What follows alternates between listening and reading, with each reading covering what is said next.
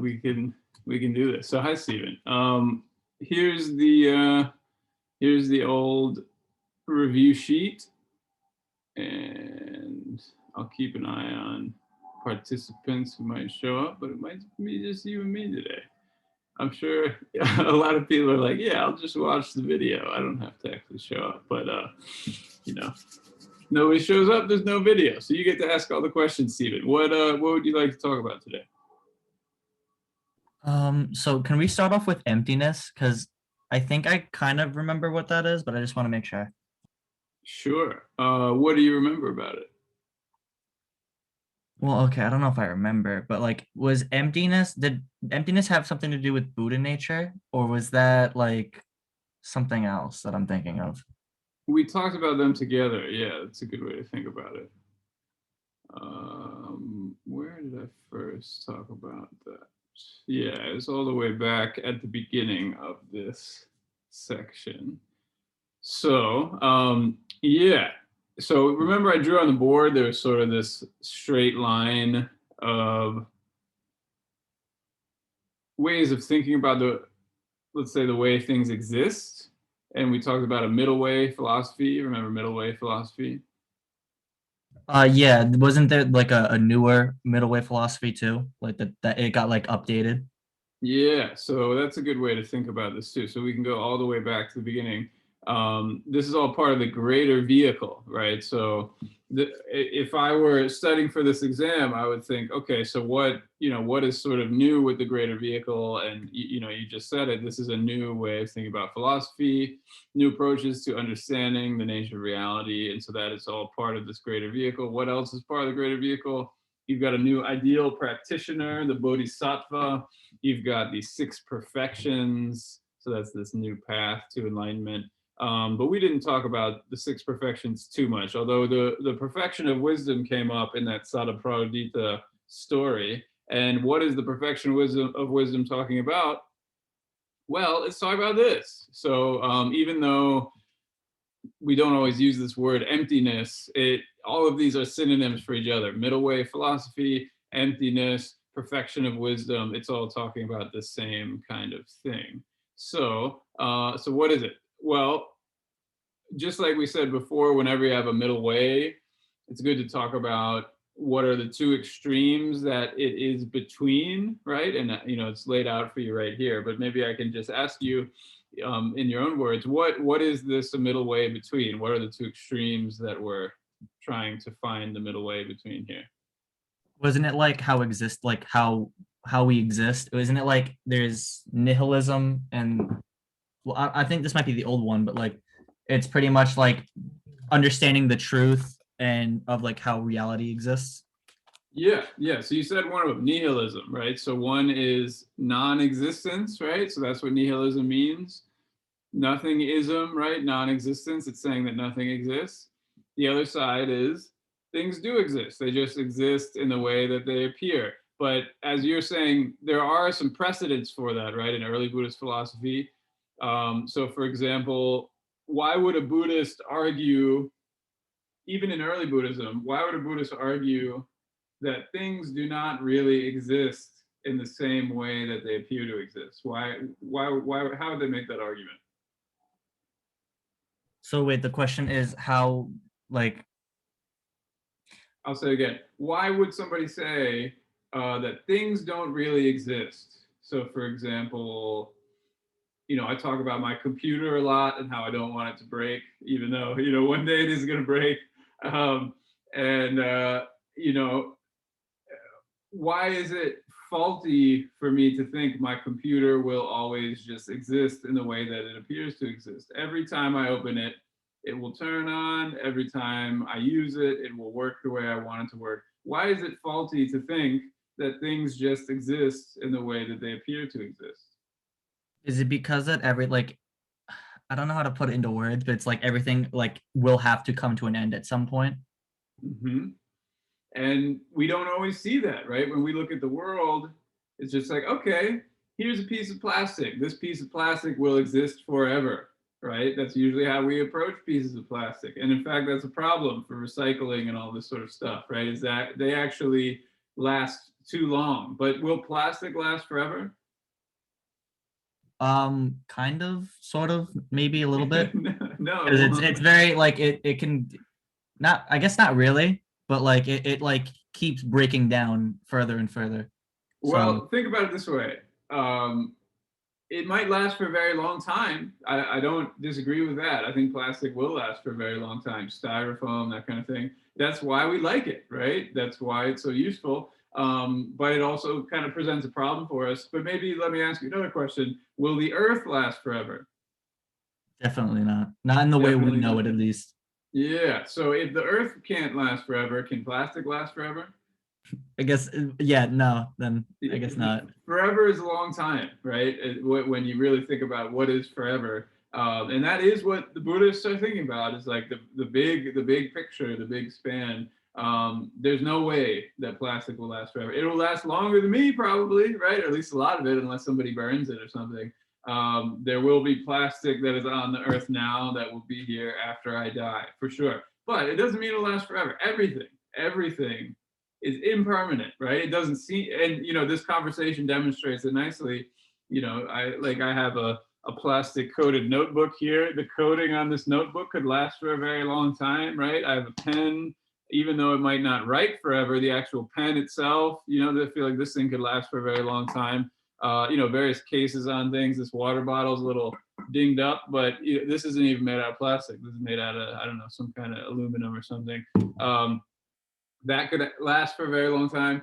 I look at it and I think this will, last as long as I need it to last. But the reality is it will come to an end at some point, right? And hopefully that's clear now. So even like you said, from early Buddhism, there's a little sense of this, that things are not how they don't really exist in the way that they appear, right? So that's a very important Buddhist realization. And so then they kind of take it another step further, and they basically say, okay, some people assume things exist, right? They just exist in the way that they appear to exist. That's wrong. We've already established that. But other people think things don't exist, right? And they say, okay, it looks like it exists, but it really doesn't exist, right? And that's a move that people make in our society too, right?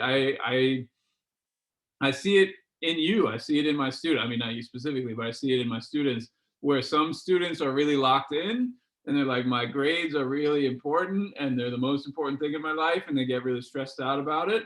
And those are the ones who are sort of holding on to how things exist. There are students who can't do that for whatever reason, or choose not to do that, and then go to the other side and they say, grades don't matter.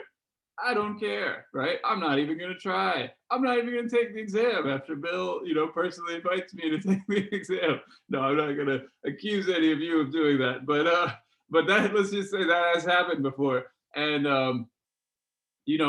that these are the two worlds that the Buddhists are trying to sort of navigate between, right? Is on the one hand, not being so caught up in the appearances of the world, so they like stress us out and we get overwhelmed by them. But then on the other hand, to not have this sort of reactionary, nihilistic approach where just nothing matters and we're not going to try anymore, right? What's being promoted here is something kind of in between. And so that's a very basic sort of overview. So what is emptiness referring to is just this absence of inherent existence, right? It's what we just talked about. The plastic looks like it's this solid thing that'll last forever. Our bodies look like these solid things that will last forever.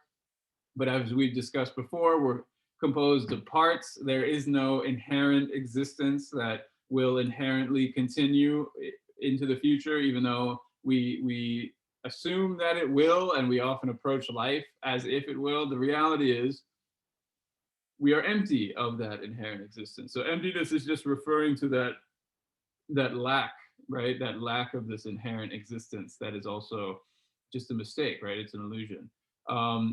So that's the first part. How does that sound? Does that make sense, or do you want to keep going deeper into this? No, that makes sense. That makes sense. So the second part is, all right, now we're sort of taking things apart and thinking about how things don't exist, right? And emptiness can take you pretty close to nihilism, right? It is taking things apart. It's giving you the tools to take them apart. Proponents of this view would say it is not nihilism because it is still saying we do exist, the plastic does exist. The question is just how does it exist, right? The other side kind of pushes a little towards saying things do exist. Let's kind of promote how they exist, and that would be Buddha nature. So they're kind of two sides of the same coin, right? Emptiness takes things apart, whereas Buddha nature emphasizes how they do exist. Yeah, maybe that's enough of that. So coming back to the review sheet, we can actually kind of check off a bunch of boxes. We've talked about emptiness. We've talked about the greater vehicle. We've talked about some of the 6 perfections, right? We were just discussing the perfection of wisdom is to really understand this stuff. And it is hard to understand this stuff. So I don't mean to present it lightly. I try to present it as clearly as I can, but it's very difficult to explain, very difficult to understand. So I think that's, oh yeah, we got Buddha nature too. So we've covered actually quite a few points, but they all, relate to each other. And then of course, Buddha nature, Tathagata Sutra, right? So those are the same word, but those are related to each other also. Okay, how's that sound? Good. I have another just quick question. So the Bodhisattva, which is like the new ideal practitioner, like what does that mean exactly? What does that mean? So Bodhisattva is here. You probably can tell that this is important because it's on this list all the way back here. Bodhisattva, new ideal practitioner. And, we just go to the next slide. So what is a Bodhisattva? It's one who's on the path to enlightenment. Sattva is being, Bodhi means enlightenment. There's another term, bodhicitta, which we came back to recently, just this most recent class. And so this is the thought of enlightenment, or the spirit of awakening is, I think, what I had on another slide, depending on who the translator is. Again, Bodhi means enlightenment, and here Chitta means mind or thought, or even heart. So it's the point at which the initial motivation to become a bodhisattva in order to save others arises. So this is the motivation that kind of pushes somebody into becoming a bodhisattva. The vow, maybe you remember, we did the horizontal thing from middle way philosophy. This one was a vertical chart where you're going from being kind of a normal person all the way up to becoming a Buddha. Remember that? There are all these different stages you go along the way. So that is a bodhisattva, is someone who is on that path to enlightenment. How do you become a bodhisattva? Is you take this vow, right? So all of these terms are related. What is the vow? Is that you want to achieve enlightenment for the sake of all sentient beings. So this is no longer, if we think about what is so great about this, why is this part of the greater vehicle? This is no longer a personal concern. I'm not just doing this because I'm Keanu Reeves and I saw an old man for the first time in my life. This is someone who wants to help everybody else, right? They're not just concerned about their own suffering and their own welfare. All of a sudden, this becomes, again, a compassionate enterprise. Where did I write that? Yeah, emphasis on radical wisdom and radical compassion. So these are really the two sides. We just talked about what is radical wisdom. It's this understanding of emptiness that we just talked about, seeing things kind of beyond their illusory appearances. And then radical compassion is also seeing that maybe our usual conception of ourselves as a bounded being is actually not true, and our existence is inherently tied to the existence of all other beings. And so therefore, for any of us to really truly be liberated, we all need to be liberated, right? So both of these are, again, just kind of expanding, radicalizing previous ideas that were already in Buddhism. So for example, again, if I achieve enlightenment, then I can teach people, that sort of thing. Here, it's thinking I'm going to dedicate my life to helping other people achieve enlightenment. And it's not some sort of passive action anymore. And the reason why I want to achieve enlightenment is so I can help other beings. So it's a radically empathetic, radically compassionate kind of being. So that's basically what a bodhisattva is. And then the other piece is, once you get really close to enlightenment, you have these noble bodhisattvas, right? We talked about Guan Yin, the bodhisattva of compassion. So she is kind of this classic figure. She can also be a he. When Avalokiteshvara is in India, it's more of a male figure. So again, coming back to the list, we talked about bodhisattva, bodhicitta, We talked about Guanyin as a specific bodhisattva. Tara is also a bodhisattva. Even the Dalai Lama is thought of as a bodhisattva too. So when we talked about guru yoga in the most recent class, that's basically what the exercise is seeing him as this enlightened figure, right? As someone who is on sort of the last step before enlightenment. So in some ways, all of these figures are bodhisattvas, even though we didn't emphasize that word in talking about them. They're on the path to enlightenment. They're trying to help each other, teach each other, even if we might not totally understand or agree with the methods they're using. Arguably, yeah, from Dalai Lama to Tilopa, Naropa, Marpa, and Milarepa, they're all going to be bodhisattvas because they're all figures on this path to enlightenment. Yeah, that's basically it for that one. How's that sound? Pretty good. Okay. So then next one would be esoteric versus exoteric. Uh-huh. Do you remember anything about those words? I remember you brought them up, but I can't remember the definitions and how it ties into everything. Yeah. Maybe before I go ahead, let's do the same thing we just did a moment ago. So we were just talking about the greater vehicle. There's also sort of this early Buddhist teaching that often gets associated with Theravada. We haven't talked too much about Theravada in this class, but basically like the first 6 weeks, we could say kind of represent Theravada. Not completely, but that's sort of how they represent themselves. Also, this Buddhist modernism is kind of Theravada too. It's sort of actually sort of a confusing topic. And we, the way I've been treating things in this class, those first 6 weeks are sort of this early Buddhism, this sort of core essential Buddhism, right? Just like we were talking about in the Buddhist modernism essay. Mahayana is a little bit of a later development, but this is all exoteric. I'll even write it in the chat. I don't think people watching the video will see this, but exoteric. So what does exoteric mean? It's I'll just write it here. This is probably the best way to do it. Exoteric. It's available to the public in general. It's, yeah, blah, blah, blah, intended or likely to be understood by the general public. Exactly. So these teachings are all generally available. You might feel like some of this Mahayana stuff's kind of extreme, but it's still pretty good. It's basically just saying, try to understand the world as it exists, try to be kind to people. There's nothing really dangerous about these teachings, I would argue, and I think that's what most people would say, is all of this is exoteric, it's widely available. Once we get here, though, the Vajrayana, this adamantine vehicle, this later stuff, things get a little dicey, right? There's some violence, there's some sex, there's some creepy things going on, there are ghosts, there's demons, there's all sorts of stuff. And so this becomes esoteric, which of course is just the opposite, right? Esoteric, which just means it's intended for a small group of initiated people, intended or likely understood only by a small number, specialized knowledge or interest. Yeah, so that's the general split. If we think, what is exoteric? It is this early Mahayana and Theravada stuff, and the later Vajrayana stuff starts to get more esoteric. So what did we study that kind of fits that description? This is probably the best example. Our Buddhist magic is definitely esoteric. It's that secret stuff. But this stuff too, remember deity yoga?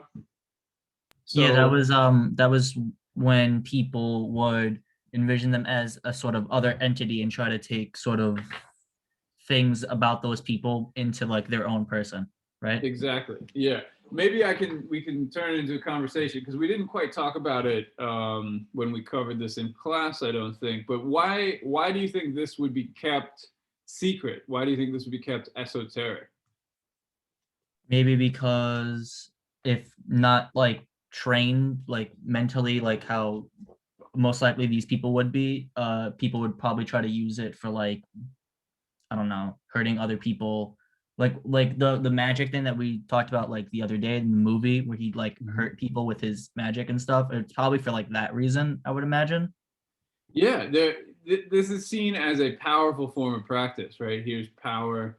I feel like, here's esoteric. So here's where it was used in the slides. Yeah, it's powerful. That's how people thought about it, right? As opposed to the other kinds of Buddhism. Oh yeah, I had the slide here. These other kinds of Buddhism that are generally good, compassionate, nice, be nice to each other, be kind to each other, be understanding. This is violent, right? Remember this guy, Vajrapani, standing on his enemies and, lit on fire and stuff. Like, he is kind of a representative of this type of Buddhism. And if this spreads far and wide, it actually poses kind of a problem for society sometimes, right? I mean, I'm sure you've heard the word cult before. You heard of cults before?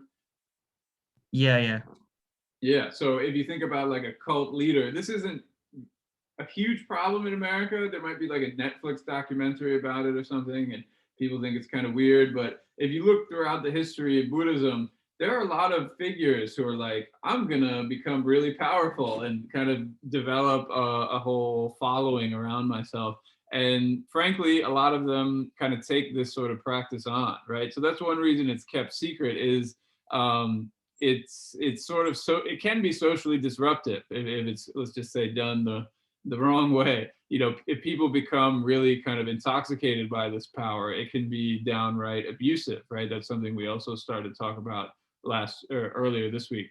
So anyways, esoteric, it means it's secret. Why is it secret? It's because of this focus on power, these practices that if they're not done the right way, let's say, it'd be very easy to kind of take them in a bad direction. Again, I was telling you guys about Tara. She's very nice. But imagine doing deity yoga with this guy, right? Then all of a sudden you become this crazy, enraged, powerful figure. Like, maybe that'll fly, like, on the football field or something like that. But in polite society, you can't be walking around like this, right? That you're going to get arrested.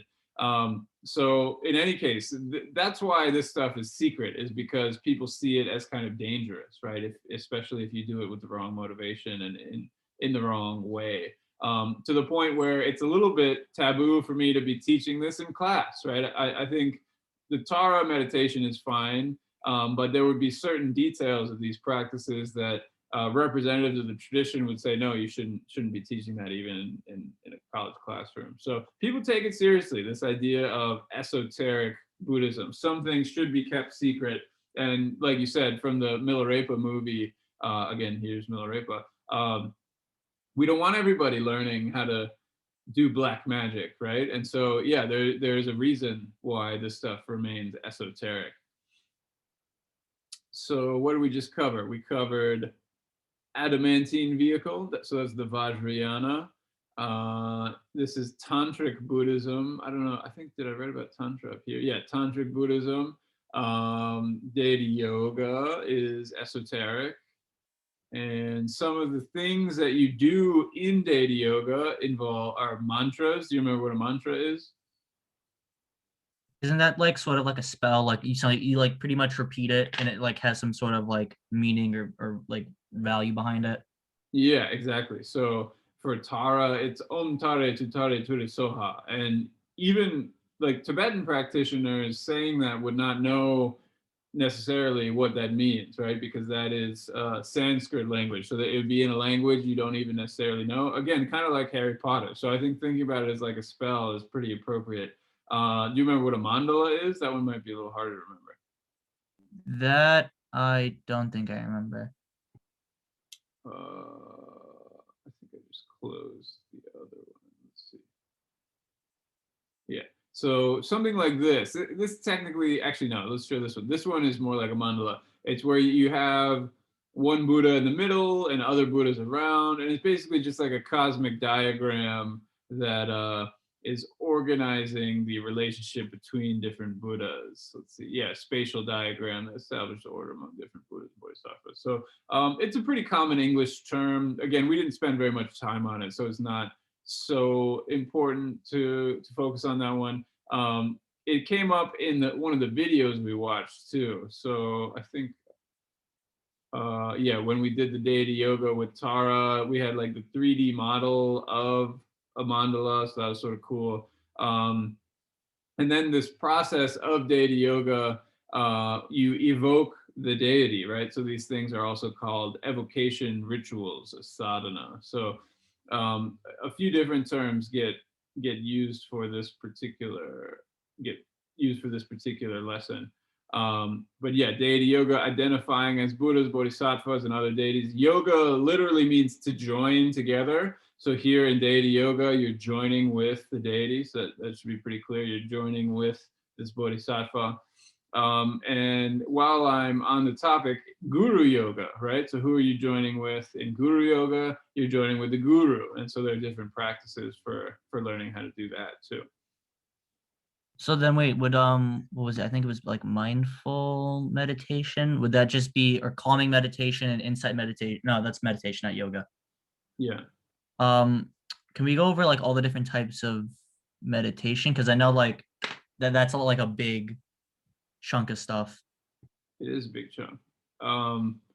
Yes, this was the class we did. So mindfulness-based stress reduction, we tried it out, right? We did the headspace stress reduction practice. So that's kind of these new inventions, right? Within the last, like, let's say 40 years or so, these things have taken off.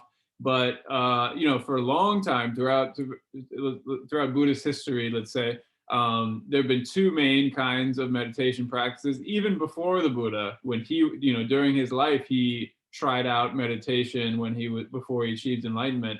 That was this calming meditation where you maintain a state of focus. And frankly, a lot of these mindfulness meditations are kind of like this. They claim to be more like insight, but I would argue they're not. It's basically just saying, focus on your breath, focus on your body, right? Focus on something. So try to maintain some sort of mental concentration. Insight meditation is a little different, right? You're trying to develop an understanding of something, right? So seeking to gain insight into the nature of reality, learning to observe, right? Breaking down your body into its various categories. We talked earlier about how reality doesn't truly exist in the way that it appears. And so what should we do about that? Well, we need to investigate it then, right? We need to keep thinking, well, how does it really exist? And how can we gain a more kind of visceral understanding of that? And insight meditation is the answer, right? In some ways, I'm a bit critical of the calming meditation because it's actually not necessarily in accordance with reality, right? You're just developing an ability to focus your mind. But if you focus your mind on something ridiculous, like I don't think we did this when I taught your 110 class. Did you do the KFC meditation? Did I make you guys do that? No, that would have been hysterical, but no, we did not do that. Okay, I teach it in my 110 class now. I'm always sort of shifting things around. Yeah, I mean, you can meditate on a chicken pot pie. There's a KFC commercial where they have you do that. And that's not necessarily going to make you any more enlightened, right? It just means you're going to be able to focus your mind. And if you focus your mind on a bad thing, it might even cause you some trouble, right? So anyways, insight meditation is the real sort of Buddhist intervention. And it's probably, I would argue, harder to do, right? It's more philosophical. You have to have these ideas about how things work. You almost kind of want to be like a scientist, like trying to think, you know, how do things really exist? I feel like this would be attractive to like a physicist who has a really kind of strong abstract understanding of the world, but, you know, wants to kind of make it more intuitive or something like that. I don't know. I'm not a physicist, so I'm not exactly sure if that would even work. But in the end, these are usually kind of combined, right? So you concentrate your mind, then you do some kind of analysis, remember that things are impermanent, think about your body as being impermanent. You can remember that you're made out of like flesh and bone and pus and blood and all this sort of nasty stuff. And you can realize, hey, it's not going to stick around forever, right? And as we've said before, that's hard to do, but to the extent that you can realize your life is short, your life will not last forever, your body will not last forever, that's actually a major realization, right? And that could actually utterly transform the way you live your life, the decisions you make, right? And the values you hold. So there are kind of two different kinds, right? Again, one is to focus your mind and one is to generate wisdom and understanding. And then these can be used in combination with each other. So let's look back. Yeah, so we did meditation. There are lots of different kinds of meditation. We talked about mindfulness as sort of this hip, new sort of meditation. Calming meditation is called shamatha. Insight meditation is called vipassana.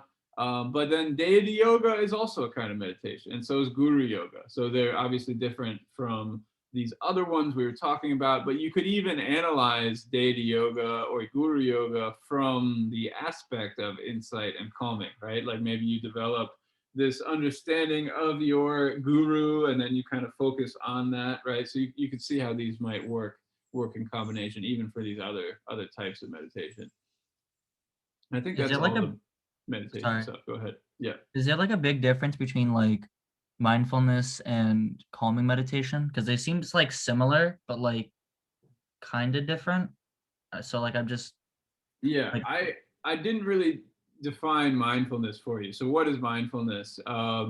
It to me, practitioners of mindfulness wouldn't put it this way, but what I would say mindfulness is stressed out people trying to become less stressed out, right? And so what do they say? They say mindfulness is trying to develop non-judgmental awareness, right? So where here's my mind, right? Here's my consciousness. I'm just thinking, thoughts come, I observe them and I let them go by, right? They're like clouds in the sky. And there's something very useful about that, because if those thoughts are anxiety and I have crippling anxiety and I feel like there's nothing I can do about it, this is totally liberating. It's amazing, right? You can free yourself from all of these crippling anxieties that take over your life. And I should not dismiss them, because my life is full of anxiety and suffering and stress and all that sort of stuff too, right? So, it is a useful exercise for sure. The problem is it also kind of leads to almost like a numbness, right? Where all of a sudden, if you practice this a lot, you don't really feel anything anymore, right? And to me, that's not really an ideal existence. So I would say yes, it is a very specific kind of calming meditation where you try to develop this ability to separate yourself from your thoughts and from your feelings. To me, that's the skill that's being developed there. all right, let's see. Anything else? I'm trying to like load this up so that people that are watching this are gonna get their money's worth. That's very kind of you, Steve. You're taking one for the team. Hang That on. and it's just nice to like be able to like do this. Good. Well, what's good Hmm. about, as you're thinking about, what's good about this is we can make these bigger connections, right? Like you can say, let's talk about meditation, and we can draw from things we've covered over many weeks and actually make some interesting connections this way. Let's go into the ritual dagger and stuff like that, like the Buddha magic. Okay. See, now you're talking my language. Maybe you can tell I'm into the magic stuff. It's sort of new for me, and it's very specifically stuff that I research. So I'm more excited about this kind of thing. So I had you guys write papers about it. I think they were pretty successful. In the end, it was a little too easy to just sort of like, I don't know, just kind of say like, yeah, magic's all right, but it's not very realistic, right? And frankly, that's true. It is not very realistic. So what were we trying to do with the magic stuff? I guess first of all, see, it's a historical phenomenon, right? This is a long time ago, a millennium ago, 1,000 years ago, right? The 10th century was a very long time ago. So to hold this by kind of modern standards, it's not very fair. It is what I asked you guys to do in your paper, so I asked you to do it, but it's also kind of not fair to think about this as some sort of modern teaching, because it's just not, right? This is just something that people did 1,000 years ago.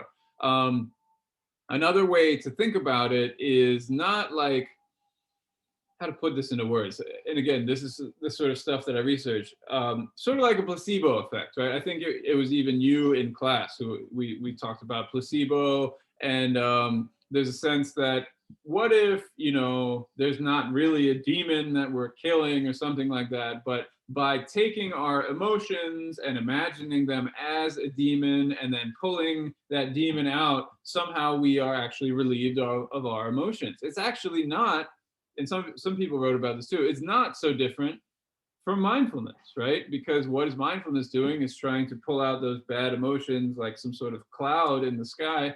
This is just doing it with your body rather than sitting on a cushion somewhere. So it's more theatrical, right? If we think about this as drama, as yeah, as theater, then all of a sudden maybe we can have a little more, I don't know, a little more generosity toward it. But in the end, magic is magic, and you can think about it however you want to. Here's the ritual dagger, right? I think it's just best to see one. There's actually a bunch of different ones. I thought this one was particularly cool looking. I think it's in a museum somewhere. But what do they have in common is they're pointy, and there's usually some sort of like Vajra or scary deity on the other side. And these things are not designed to pierce the skin, right? Some people say it's sort of like bloodletting or something. It's like, no, no, no. This is a ritual object, right? So let's say this is the purbu. You just go like this, right? Obviously, I mean, I felt that, but I'm not going to start bleeding. The point is not to pierce the skin and make some sort of medical thing happening. The point is to think, all right, there's a demon inside my hand. Get out of there, demon, right? So we're doing some sort of exorcism ritual in the process. Um, People were really drawn to this because they're like, whoa, that sounds violent. I think because it was the first one, a lot of people wrote about it. It is pretty provocative, but I think as far as these rituals go, it's just one of many. Actually, I think this one's a bit more interesting. The offering cakes, these are on the review sheet, I'm pretty sure. Yeah, offering cake is torma, so that's a Tibetan word. I don't think there's a Sanskrit word for this. There could be, but this is a very Tibetan thing. I think we talked about butter and flour. We talked about flour again recently with the millstone thing, right? And so you put butter and flour together, you get these cakes, and then these other kind of icing looking ornaments are made out of butter as well. So what's the point of this one is, again, you have a sick person. Let's say I'm sick. Let's say I have COVID, right? That's what I was trying to get you guys to talk about. You put a piece of string in my hand, you tie that string to one of these cakes, and there's a sense like it's pulling the disease out of me. It's pulling the COVID out of me. And again, is it literally doing that? Of course not. But if I have COVID, what else am I gonna do? Lie in bed, I guess. But you might as well give something a try. Drink some fluids and then do your offering cake ritual. So it's pulling the disease out of me, putting it into the cake, and then what do you do with the cake is you throw it in the road and somebody else runs it over, right? There's a sense I'm getting this thing out of me. And we even get this really kind of ornate visualization, right? As you're throwing out the torma, imagine what? Your body here. A billion wrathful deities emerge. And so again, what is a wrathful deity? That was our friend that we saw a moment ago, the scary looking guy. The obstructive forces in the body of the patient and all hindrances are overcome and purified. Visualize and imagine that along with the dharma and thread, all diseases emerge and are cast out. So it's very clear, right? What is happening here is we're visualizing the disease coming out of me, and then we're visualizing these wrathful deities coming out of, let's say, the ritual master, right? The person who's doing this practice. And the wrathful deities are killing the disease, right? They're violently pulling it out and destroying it. Maybe to sort of drive this point home, do I have Vajrapani? Let's open up Vajrapani again. Even though this guy looks sort of scary and uncomfortable, if you imagine this is your disease, right? All of a sudden, this guy's awesome. He's saving your ass, right? And he's killing the thing that's causing you a problem. So again, it's trying to sort of bring out this power that often gets lost in more polite forms of Buddhism, right? This is most certainly not a polite form of Buddhism. So let's look back at the list. I think we covered most stuff. Ritual dagger, offering cake. Garuda is a bird spirit. Dragons are the serpent spirit. A lot of the time, dragons are causing the disease, and so you got to call on the bird spirit to eat the serpent spirit. I think we had an image of that too. It's a very similar image, actually, to the one I was just talking about with Vajrapani, right? So imagine this is causing your disease, and then your bird friend comes down and kicks its ass, right? So that's exactly kind of the logic that's happening here. It's just like COVID is causing me this problem, and then Johnson and Johnson or Moderna or whoever comes through and kicks COVID's ass, right? There's actually a very similar kind of logic or symbolism, let's say, happening right now with the vaccine too. So it's not too far off. Yeah, and I think that is pretty much it. This is all coming from the Tibetan book of spells, right? A Buddhist wizard might be performing these spells, a Vidyadhara. And Milarepa used to be, when he was young, he was this Vidyadhara, but he sort of, after committing many sins, found kind of a better way, right? And even in this book of spells, I didn't give you all of them, but some of them are violent, right? It's basically saying how to like uh, cause hailstorms and strike someone with lightning. I forget exactly which cycle it was in. Maybe the controlling the weather cycle. I don't know. But here, this is the table of contents. So I highlighted the sort of healing aspects, but there are some violent ones in here too. So yeah, that's basically it. That's the Buddhist magic stuff. How's that sound? Did I miss anything? No, I think that's it. I think that was good. Okay, sweet. Okay. What is cultural baggage? Does it have to do with um like Buddhist modernism? I think it was, right? Yeah, those are right next to each other. Yeah. Um, so I think that was the same week. We do a lot in 1 week, right? I mean, 2.5 hours is a lot to cover. So yeah, Buddhist modernism, what's that all about? Maybe I'm gonna skip actually to this last slide. So Anne Gleig, she's the author of this book, American Dharma, right? I think, is that on the review sheet? Pretty sure it is. Yeah, okay. I just put her. I didn't put the name of her book. So Anne Gleig, American Dharma. Um, what, I'll pose this as a question, see if you remember. Why do we need to rethink American meditation-based convert Buddhism? Wasn't it because that like the whole thing with like convert Buddhism is that like, or at least with Buddhist modernism, which is like the big thing here now, is that like it kind of focuses on like stuff that real like Buddhist, I don't know if like real is the right word, but like Buddhist communities don't really like focus on like stuff like what Buddhist modernism focuses on. And there's kind of a disconnect with that. Yeah, there's a disconnect. That's a good way to think about it. So, a little further down, we've got this essential dharma. And, I kind of did this in this class. I don't know if you guys even realize it yet or not, but the first 6 weeks was basically this essential dharma, the Four Noble Truths, the life story of the Buddha, the really early teachings of Buddhism. And some folks were asking, like, is this historically accurate? And my response is no. Probably not, but it's often presented as if it were, right? This is the historical true teachings of the Buddha. And so what we want is that essence, whether we know it or not, right? A lot of the time, like, if I want to be, even if I want to be like a good Christian and also be perhaps kind of scientific about it at the same time, I want the true teachings of Jesus, right? I don't want this later development, these later corruptions that happen in subsequent generations. I want the true teachings of Jesus, right? And that's kind of what the Protestant Reformation was, is saying that Catholicism was just some sort of later corruption, right? So again, this idea runs really deep in our culture. It runs really deep in our education system, right? What my job is to give you the essential teachings of Buddhism. What your chemistry teacher's job is to give you the essential teachings of chemistry. So again, I don't mean to say like this is some kind of unique problem for Buddhism. But what ends up happening is there's this essential dharma that gets taught by white boy professors like me,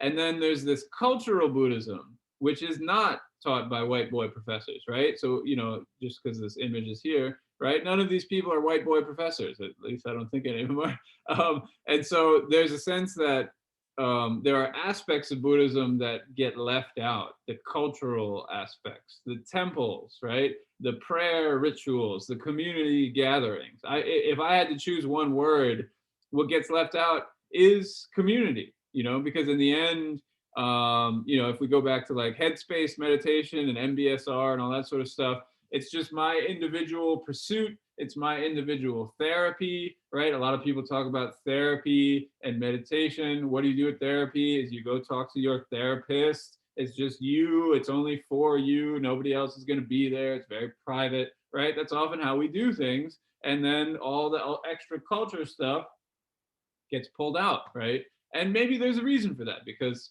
maybe all the culture stuff is just mumbo jumbo superstition or something. You know, who knows why or what people were thinking when they pulled it out. But in the end, we kind of get these two sides of Buddhism and they sort of split apart. So that's what I was thinking when I made this list. I thought, okay, what is Buddhist modernism doing? It's kind of producing this cultural baggage, this idea of cultural baggage uh, as as opposed to the essential teachings of Buddhism. This is kind of the extra stuff. But as you can tell, Anne Gleig is critical of this, and I agree with her, right? That's why I assigned it, is I think this commitment to community, diversity, intersectionality, those are all fancy ways of saying people, right? We need other people. And it's not all just you and your meditation cushion.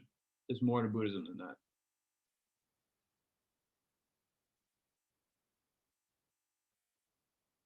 Who was the last person on the important people's list? Was that He is one person we haven't gotten to yet. Three things we haven't done yet is natural hierarchy, Trungpa Rinpoche, and Rita Gross. So we'll read her this weekend, and we'll talk about her right before the exam.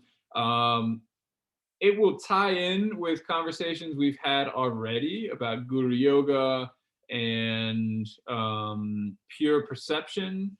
But yeah, so it's nothing completely new, but it'll kind of like put a cap on things we already started to talk about. But very simply put, he is, as you can see, he lived in the 20th century. He's a Buddhist teacher. He came to America from England and before that from Tibet, and really helped establish Buddhism in the West. And so Rita Gross was his student, and then she wrote about her experiences with him. all right? I think that's good for right now. Okay, yeah, we Right. covered most of it. Yeah, and like I said, we'll have a kind of a half class period. It'll probably be more like a half hour or something where I'll cover pure perception, natural hierarchy, Trungpa Rinpoche, Rita Gross, and yeah, put a kind of a cap on everything we covered last week. All right, that's it. I appreciate it. Thank you. Yeah. Yeah, well, as always, you're coming with the good questions. We really went through almost everything, so I think people will appreciate this, I'm sure. So everybody, buy Steven a drink or something when you see him at the bar, or whatever. I don't know. There probably aren't a lot of bar meetings these days, but yeah, obviously, if anybody else watching this has any questions, send me an email, and we'll have time before the exam on Tuesday to talk about anything you want to go over too. All right, thank you, Professor. All right, Steven, have a good weekend. You too. Okay, bye-bye.